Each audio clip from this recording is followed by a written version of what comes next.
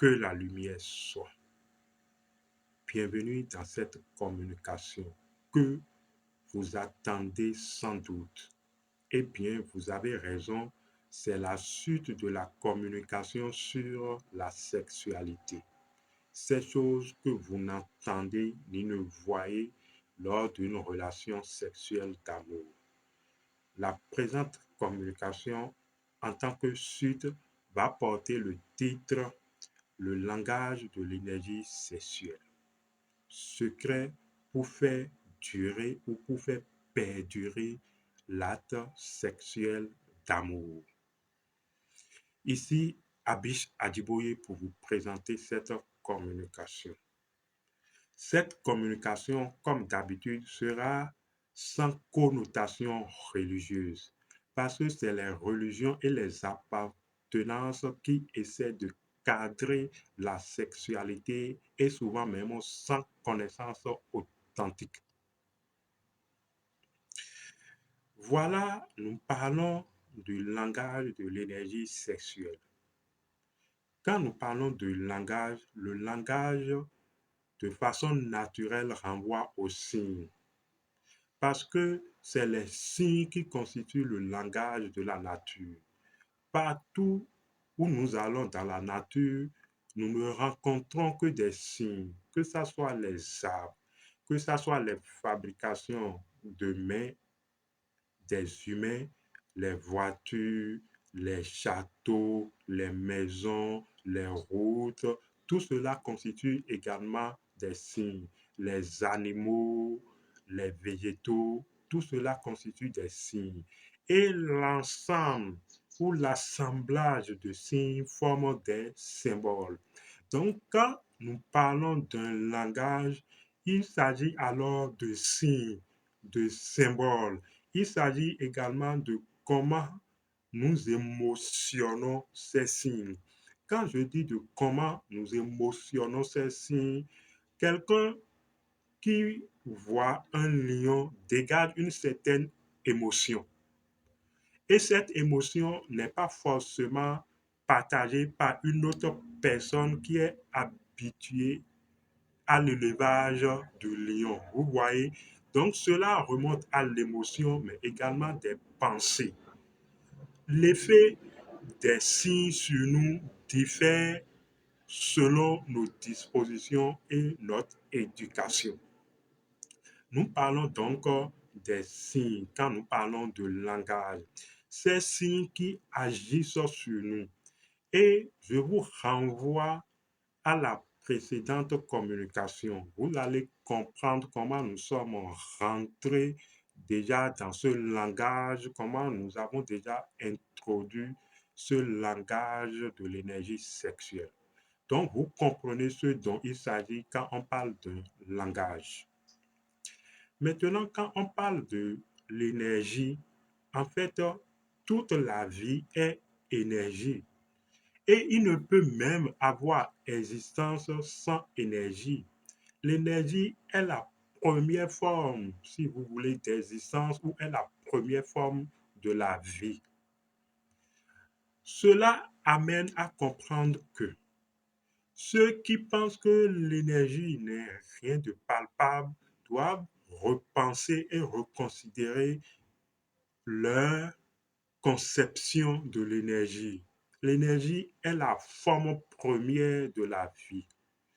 Et notre corps physique ou nos corps ne sont donc que des représentations, des densifications, des structurations de l'énergie ou des particularités de l'énergie. Vous êtes en train de comprendre donc que nous sommes en train de parler en tant que langage de l'énergie, de signes, de symboles, en fait particuliers alors de la vie. Langage de l'énergie sexuelle. L'énergie sexuelle. L'énergie sexuelle étant une forme, puisque nous sommes en train de dire que l'énergie est une forme. Donc, quand on parle de l'énergie sexuelle, on parle d'une forme représentative de la vie. Cette forme représentative de la vie, si nous devons ressortir un symbole premier de cette forme représentative de la vie. Il s'agit du serpent. Le serpent, d'ailleurs, est la première forme de toute énergie, est la première forme de toute divinité. Et l'énergie sexuelle n'échappe pas à cette loi. Le serpent est la première forme de l'énergie sexuelle. C'est d'ailleurs ce pourquoi donc on parle du serpent sexuel. Ce n'est rien d'autre qu'un symbole. On parle alors de notre énergie sexuelle, on parle du serpent comme forme, comme symbole, on parle du serpent sexuel. On parle également du dragon sexuel. Le dragon étant une autre forme, un autre symbole de l'énergie sexuelle à un certain niveau donné. On parle également de la bête pour faire référence à l'aspect brut, brusque et horrible de la chose. Vous êtes en train de comprendre et vous êtes en train de rentrer dans le vif du sujet avec nous. Maintenant, nous parlons du langage de l'énergie sexuelle.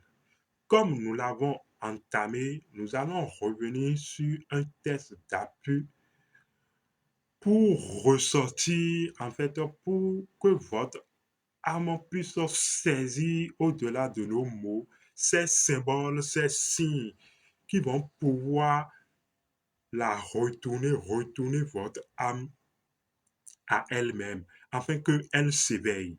Parce que quand une chose se retourne sur elle-même, cette chose se retrouve et commence par s'éveiller. Donc nous allons retourner votre âme sur elle-même, afin qu'elle s'éveille. C'est ce que nous allons faire. Le langage de l'énergie sexuelle secret pour faire perdurer l'acte. Oui, j'allais oublier le secret pour faire perdurer l'acte. Pourquoi nous parlons du secret? De notre niveau de pratique et de notre niveau d'autorité, nous recevons des gens et nous écoutons les gens. Et dans la société, nombreuses personnes sont confrontées à des problèmes entre griffes de relations sexuelles et d'actes sexuels. C'est vrai. Il y a des médicaments, il y a des portions, que ce soit culturelles, artisanales ou des portions, des mixtures de feuilles et de plantes non travaillées encore. Mais il y a d'autres qui sont travaillées, dont on a produit des comprimés que les gens se prennent pour se renforcer. Du côté des hommes, pour pouvoir répondre à leurs responsabilités d'époux, d'amant ou de d'homme d'un jour en passant, les gens sont suivant en fait leur organisme prennent des produits pour pouvoir s'activer. Nous ne voyons aucun mal en cela. Ce que nous vous apportons ici, en fait, c'est un entraînement intérieur. Du moment où, quand vous allez prendre ces produits et répondre à vos besoins, même du côté des femmes, hein, parce qu'il y a des femmes, ils ne sont pas trop portés vers le sexe, en fait. Et même si ils trouvent un partenaire et ils vont au sexe, à peine quelques minutes, 5, 10, 30 minutes même, elles n'en ont plus envie, elles ne veulent plus continuer ou elles n'arrivent plus à s'auto-lubrifier. Et cela demeure un souci pour elles. De toutes les façons, d'un côté comme l'autre, il y a toujours, même si vous utilisez des produits, il y a une crainte intérieure qui demeure parce qu'un produit ne va pas faire disparaître votre crainte intérieure. En conscience, vous savez que vous allez faire recours à des produits et vous serez même craintif des fois.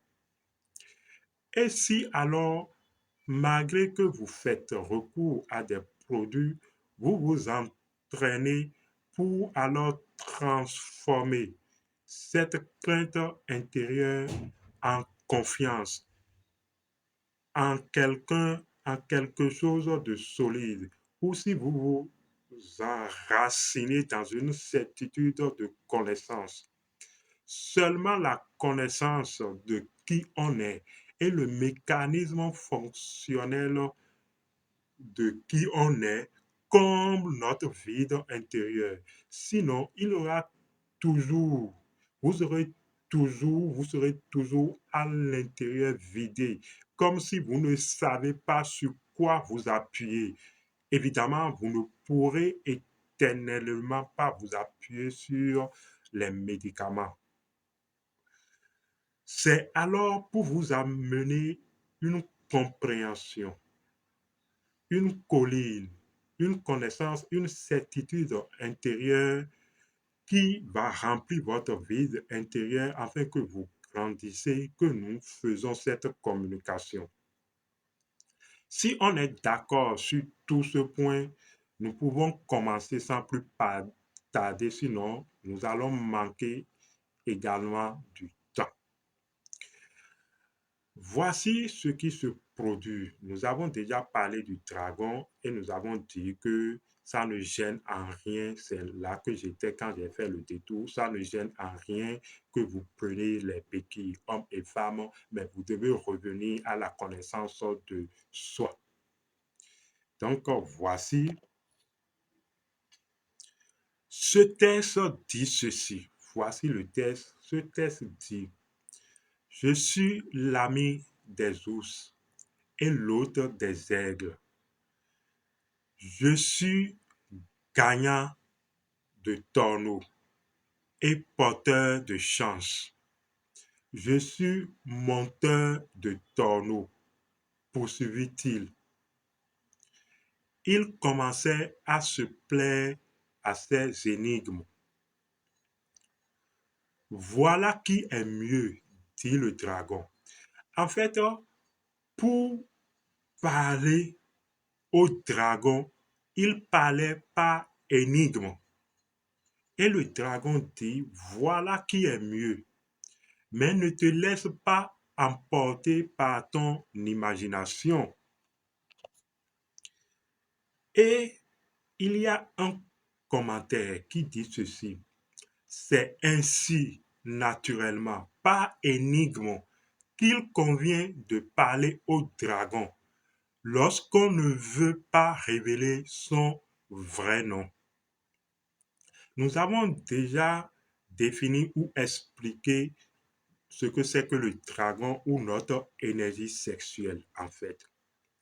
Quand vous vous retrouvez dans l'acte sexuel sacré, qui est l'acte des dieux, en fait, les maîtres et les grands initiés pratiquants recommandent que, d'ailleurs, d'abord, vous ne portez plus votre nom, en fait.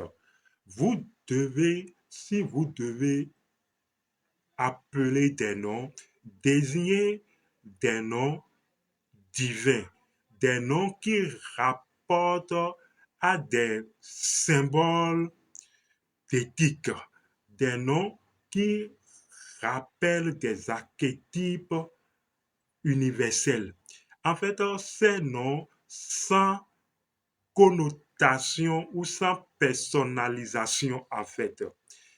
C'est ainsi, et ces noms également doivent décrire, rappeler des symboles identifiant vos accomplissements. Vous voyez, quand on parle par exemple d'une déesse, c'est un niveau, c'est un état d'accomplissement. Quand je dis ma lumière, quand je dis mon roi, vous voyez, c'est des titres, c'est des symboles, c'est des codes et ces codes décrivent votre parcours, vos réalisations. Vous voyez, c'est ainsi naturellement donc qu'il convient de parler au dragon. En fait, quand vous vous retrouvez devant le dragon ou devant les manifestations de l'énergie sexuelle, vous n'avez pas fait de refoulement comme ceux qui font de refoulement et disent que non, moi, ça ne me dit rien. Quand vous voyez un bel homme passer en tant que femme, alors regardez et laissez votre désir, qui n'est rien d'autre qu'une manifestation de votre énergie sexuelle, laissez votre désir apparaître. Et alors commencez votre propre éducation par l'éducation de votre désir. Et il ne s'agit pas alors de refouler, parce que on dit, c'est ainsi qu'il convient de parler aux dragons lorsqu'on ne veut pas les rendre furieux en leur opposant un refus catégorique. En fait, on ne fait pas face directement aux émotions et aux désirs en disant non, non, non. En fait, vous vous êtes préparé comment pour dire non, non, non. Donc, il faut définir un canal de circulation, un cadre. Et ce cadre que vous définissez à l'énergie sexuelle, alors viennent de ce cadre vient de votre éthique. Vous voyez, donc c'est ainsi, il faut commencer par s'entraîner et par s'habituer. Et on dit, aucun dragon ne peut résister à la fascination de propos énigmatiques. Et c'est cela en fait. De part et d'autre, l'énergie sexuelle est fascinée par l'énigme. Vous allez remarquer même que dans la vie sociale, quand vous vous entourez d'énigmes et quand vous demeurez énigmatique, vous allez voir, même si les gens n'apprécient pas, les gens veulent découvrir en fait ce qui se cache derrière l'énigme. Et c'est ce qui amène que ça soit homme et femme, homme vers la femme et la femme vers l'homme. C'est réciproque parce que c'est des traits de l'énergie sexuelle. C'est des traits de votre dragon intérieur. C'est des traits de votre dragon sexuel, l'énigme. Il ne s'agit pas de vous, en fait, mais il s'agit des dispositions intérieures. Il s'agit d'une nature sexuelle, d'une nature de l'énergie sexuelle qui vous conduit à ces agissements que vous ne maîtrisez pas forcément. L'homme et la femme dans la nature, en fait, agissent toujours suivant les élans de leur énergie sexuelle. Et on dit que quand vous êtes face à l'énergie sexuelle ou dans l'acte de l'énergie sexuelle, vous devez faire attention. Il y a des hommes, quand ils se retrouvent dans un acte sexuel d'amour, ils n'ont plus de contenance ni de continence. Ils bavardent, ils disent tout, ils livrent tous les secrets ou ces choses qui auparavant sont des secrets pour eux, ils livrent tout à la femme. Et d'autres femmes également commence par se confier ces choses qui se sont passées, ce que tel homme leur a fait, ce qui s'est passé dans leur famille. Je ne dis pas que c'est mauvais et les bavardages de part et d'autre vont bon train. En fait, qu'est-ce qui cause cela? C'est l'énergie sexuelle. L'énergie sexuelle a ce côté d'instigation. Et si vous ne savez pas faire, l'énergie sexuelle va vous livrer en fait. Et c'est quand vous aurez livré que vous allez vous rappeler, mais tiens, j'ai dit ceci, j'ai tourné ma langue trop vite et dans un sens trop vite. En fait, vous aurez fait preuve de langue de serpent et de mauvaise langue. Vous voyez, l'énergie sexuelle non maîtrisée crée la mauvaiseté de la langue.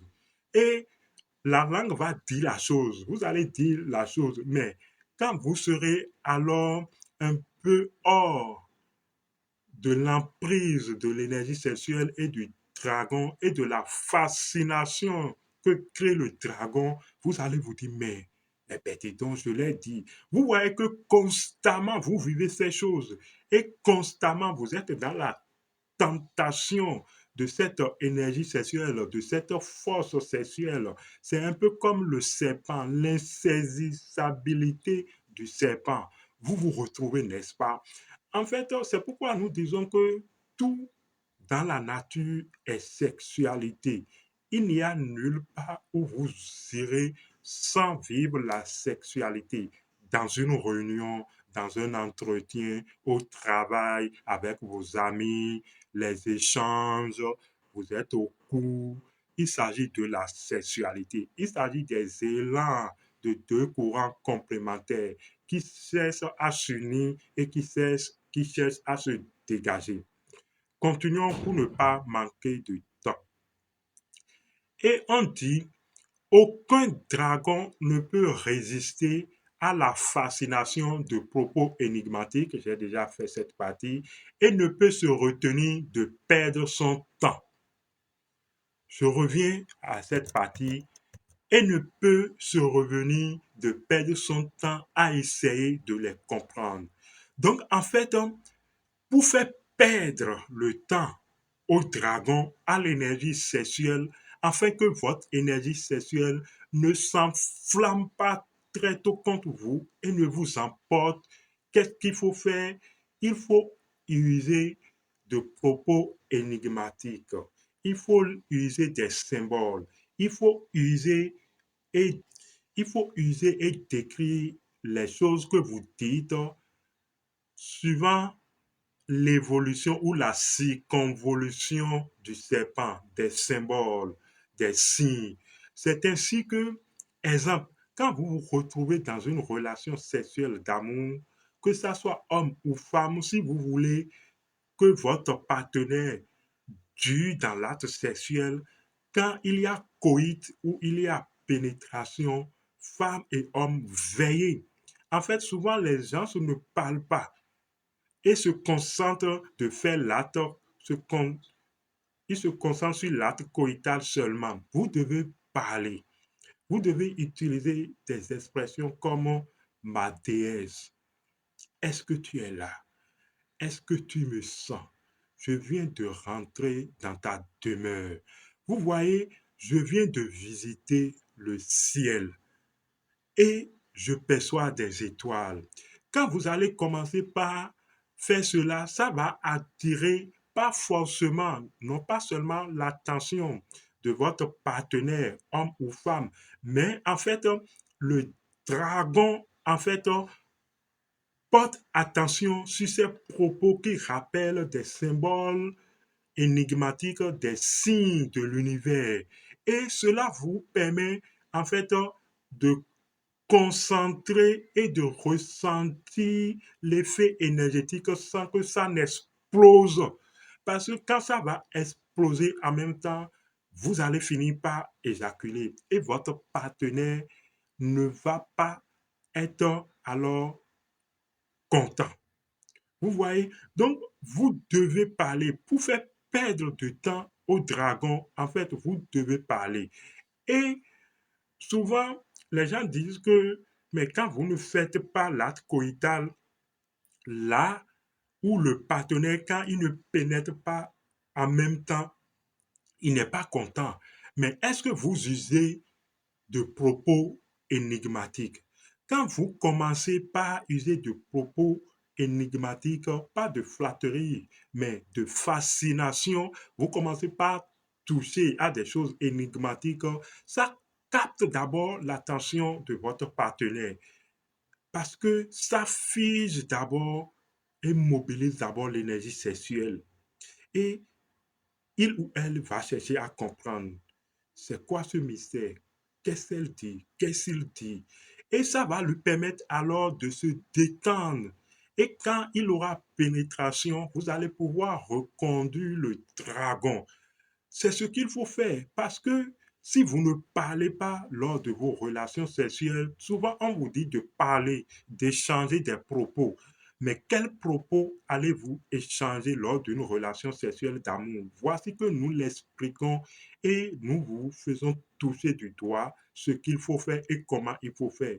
Vous devez dialoguer en fait. Ça créez un cadre pour vos dragons réciproquement, afin que vos serpents, vos énergies sexuelles, les noms que vous voulez, puissent alors se mobiliser alors et savoir que nous allons nous interpénétrer suivant des symboles comme des codes comme les étoiles, vous voyez, comme le soleil et la lune, ce qui renvoie à des grandeurs et à des esthétiques autres.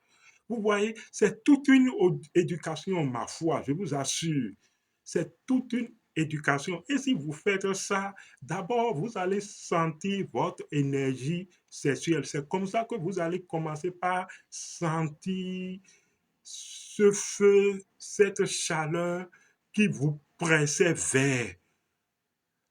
C'est intense, c'est d'une intensité, je l'avoue, mais vous devez vous entraîner. Je ne dis pas que du premier coup, vous allez réussir, mais vous devez vous entraîner. Ces choses, c'est d'une subtilité. Il faut s'y mettre, y demeurer des temps et des temps pour savoir que, en fait, la vie a d'autres subtilités que nous voyons, mais que nous ne vivons pas en conscience.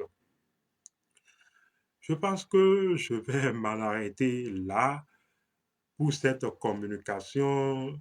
Je saurai s'il faut poursuivre dans une troisième communication ou non, mais je vous dis que les bénédictions soient.